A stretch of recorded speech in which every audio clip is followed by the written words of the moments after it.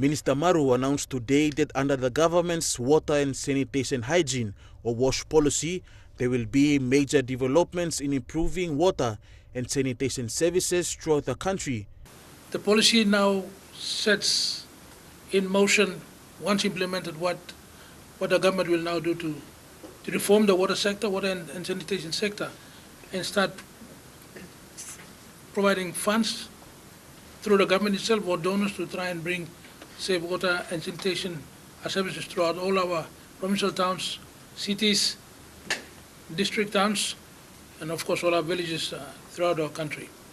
Mr. Maru says the country has come a long way and it's about time it has a proper body in place to oversee water and sanitation needs. One could argue, why hasn't it taken us 42 years and yet over half of our people don't have access to safe water and sanitation? My review of documents before me, it's very clear. We do not, over the last 42 years, the government has no one single body responsible for the sector.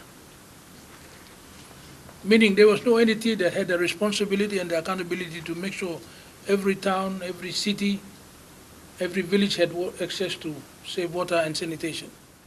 Under the new reform, Maru announced there are plans to merge water utility company at Ranu and water PNG. We don't need two water utilities in this country.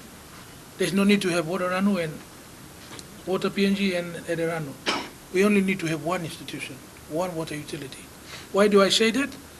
The country can save up to 10 million plus by having only one water utility. It's a complete waste of funds. The money we spend on two boards and two management, all the overheads can go straight to dividends to KCH. So under our proposal to government, we want to see these two institutions being merged as one. The setting up of the National Water, Sanitation and Hygiene Authority will be in place once the minister makes a submission to NEC.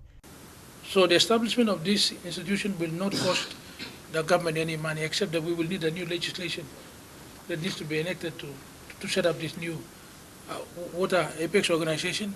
It will also be the technical regulator for water and sanitation in Papua New Guinea. The WASH policy is a 15-year plan the national government introduced in 2015, aimed at improving the lives of people both in the rural and urban areas. And the reform of the policy is a sign the government is taking serious steps in improving water and sanitation services in the country. Stanley Over Jr., National EMTV News.